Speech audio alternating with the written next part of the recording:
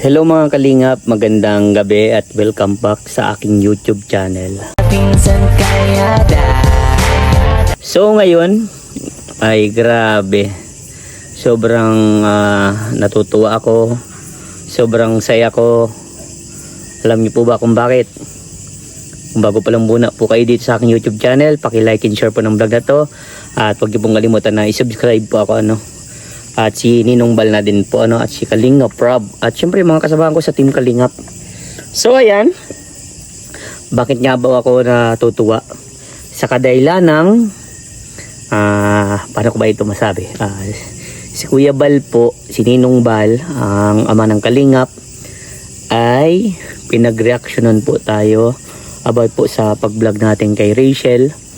At ayun, sobrang natutuwa ako kasi 'di ba bihira po 'yun na ang ama ng Kalingap, founder ng Kalingap ay reaksyonan ka sa pag-vlog mo. Nakita ni Ninong Bal ang kahusayan natin sa pagtulong kahit sa maliit na bagay ay nakakatulong tayo. At yun po ang nireaksyonan niya ay yung pag-vlog ko kay Rachel Morales na kung saan po ay doon po ay sa vlog ni Ninong ay tinutukoy yung kalagayan ni Rachel noong panahon. At ngayon na nakita po natin na sumakses po si Rachel Morales. At ngayon po sa kasalukuyan ay tuloy lang sa buhay si Rachel at talagang tuloy din ang kanyang pag-vlog. At ngayon gumaganda na talaga ang kanyang buhay. So ayan, kumbaga lahat ng yun ay nagmula din talaga po sa Team Kalingap. Kaya sobrang nagpapasalamat ako sa Team Kalingap, especially kay Ninong Bal at kay Kalingap Rob, na kung saan po, 'di ba?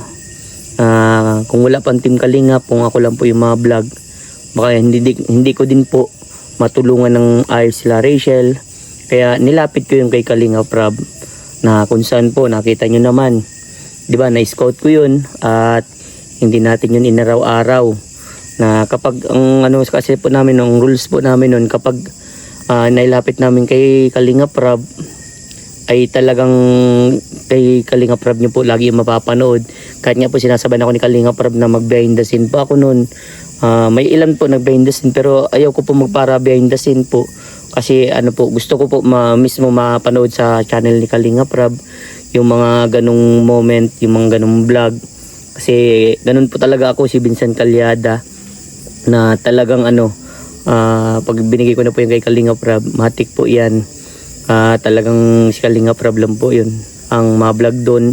At ayun nga, sa na matulungan ni Kalingap Rob at nagkaroon ng maayos na bahay, na dati po doon sa vlog ko na sabi ko ilalapit kita kay Kalingap Rob, at yun natulungan at nagkaroon ng maayos na bahay. Kaya sobrang pasalamat din ako kay Kalingap Rob dahil napakabuti niyan mga Kalingap. Ninong Bal, napakabuti talaga niyan. At yun po, si Vincent Calyada naman po talaga ay lahat ng mga ginagawa ay pinapaalam ko yung kala Ninong kay Kalingap Rob. Kaya bago ako na action ay alam po nila yan.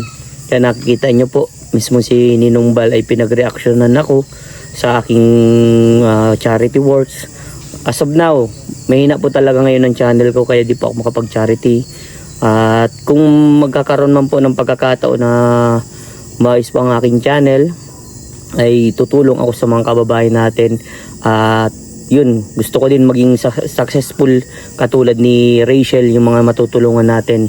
At isa po sa pinakamaganda sa pagiging charity vlogger mula sa Team Kalingap. Alam nyo po, ang Team Kalingap marami na po nabago ang buhay. Kaya sobrang grabe, solid po si Vincent Calyada, ay solid na Team Kalingap, solid Kalingap na hindi magbabago, hindi magpapadala kahit sa anumang bagay na sa akin, magpapalayo sa Kalingap. Hindi pa ako ganoon. Si Vincent Calyada ay matik yan, Kalingap po yan. Kahit ano pong gawin ng iba, hindi po mababago ang pananaw ko. Isa pa akong Team Kalingap, talagang alam yan. Kung kayo po talaga ay nagsubaybay sa mga vlogs ko na bago ako kunin ni Kalingap Rob, dati na magkakasama po kasi sa K-Boys si Mr. Bente Boy, Kalingap Dan, Kuya David, Kalingap Edu, si Kalingap Ian. Yun po yung mga naabutan ko nung panahon na bago pa ako isali doon bilang isang K-boys po ako po yung talagang inano niya na maging scouter ni Kalingap Rab. Talagang inano niya po sa akin na bro Vincent, gusto mo ba maging K-boys? Matik po yun, di ko yung tinanggihan. Kasi alam ko po na malaking bagay yun, malaking opportunity yun para sa akin na maano ako maging isang K-boys. Kasi nakikita po ni Kalingap Rab nung panahon na talagang grabe pa akong mag-scout. Kaya yun, katulad ni Rachel na tulungan, ay sobrang nagpapasalamat ako sa Team Kalingap, kay Kuya Bal at kay Kalingap Rab. Grabe, isipin niyo po yun mga Kalingap, ang layo na ng narating ng Team Kalingap. Kumbaga, ang dami nang nabago ang buhay.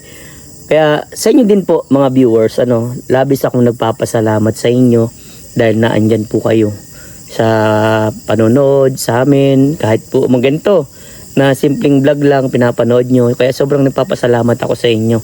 Tayaan nyo po someday mag-i-scout ulit po ako. At yun, sa ngayon po kasi wala na po akong sponsor. Wala na talaga. Talagang kumbaga yung mga dating na scout ko ay na po ng mga sponsor yan. Contact na din po kumbaga doon na nagde-direct na sila, na doon na nagpapadala. Kaya lang, pero sa akin okay lang po yun, basta natutulungan po yung mga tinutulungan ko. Malaking bagay na po yung para sa akin na matulungan po yung mga beneficiary. So ayan, hanap na lang po tayo ng iba.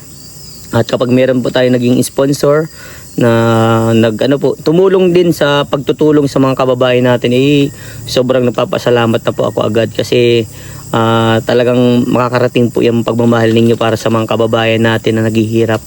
Kaya sana magtulungan lang po tayo mga minamahal kong Kalingap, minamahal kong viewers, lalo na sa mga minamahal kong OFW na patuloy na nanonood. Ito yung libangan nila, yung pagbablog namin ay mapanood nila, yung sa pagtutulong. Grabe, sobrang solid po ninyo mga Kalingap. Kaya sana ganito lang po tayo palagi, magtulungan. Kapit basic po tayo tumulong sa mga kababayan natin na naghihirap.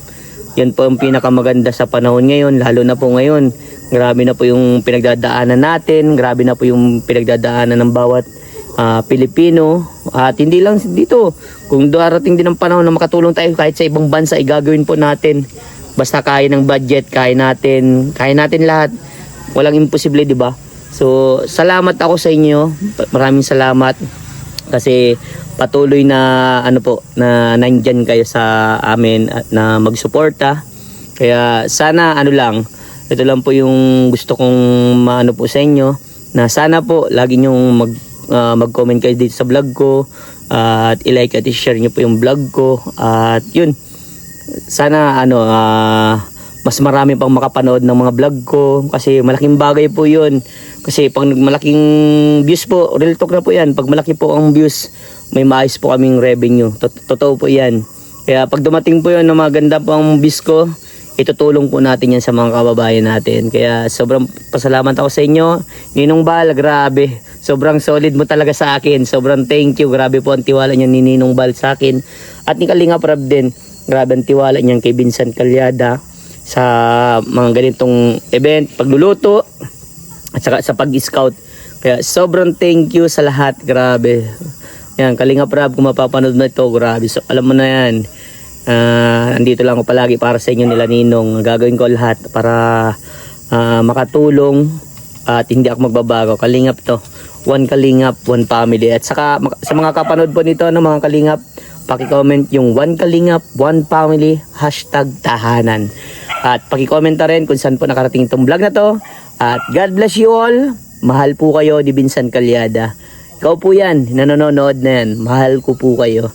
I love you guys and ingat palagi and bye-bye!